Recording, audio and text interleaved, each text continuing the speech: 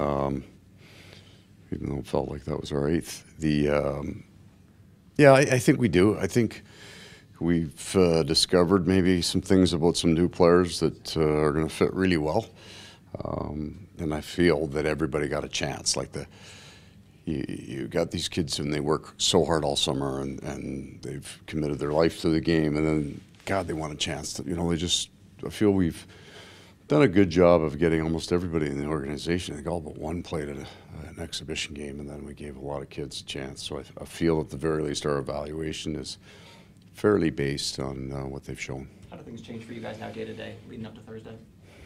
Well, it's still it's the 3 days before opening night. There's still a whole lot of things that are involved in the cap and the injury situation that we have. So there's still a lot of moving parts that have to go there, but the numbers will come back down to one room and we can get back to work.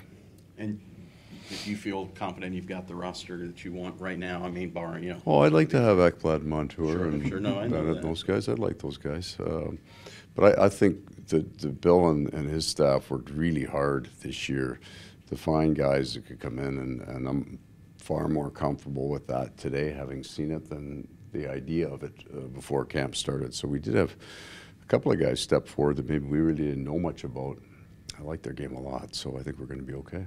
Uvis Bolinskis is one of those guys that might have been one of those guys you didn't know much about. Right. What have you seen from him this preseason? He just built from day one. So I saw him play in Europe just on video, but that doesn't give you a great feel, right? And then there's so much thrown at him, completely different style of game. Training camp was harder than last year, so there were 5 brutal days for everybody.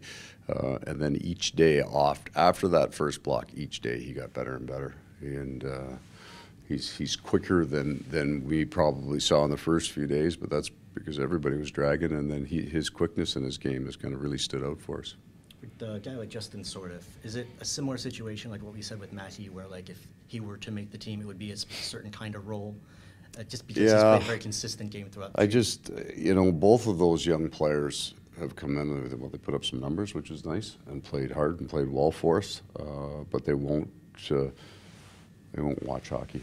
They have to play, so that is part of the decision process. They've got, if you can find meaningful minutes for them, then I think it makes sense, but if not, they just can't sit and watch. And if they do, it might be for the opening weekend, maybe they've earned a place to be there, but by the same, it won't be long-term watching hockey. For Brett Ritchie, who was here in the PTO, got hurt, didn't get into the last couple of games. Is anything you can tell us in terms of his status? Yeah, he's very close to playing again. Couldn't go tonight, and then we'll kind of make a going forward plan with him. Everybody's good.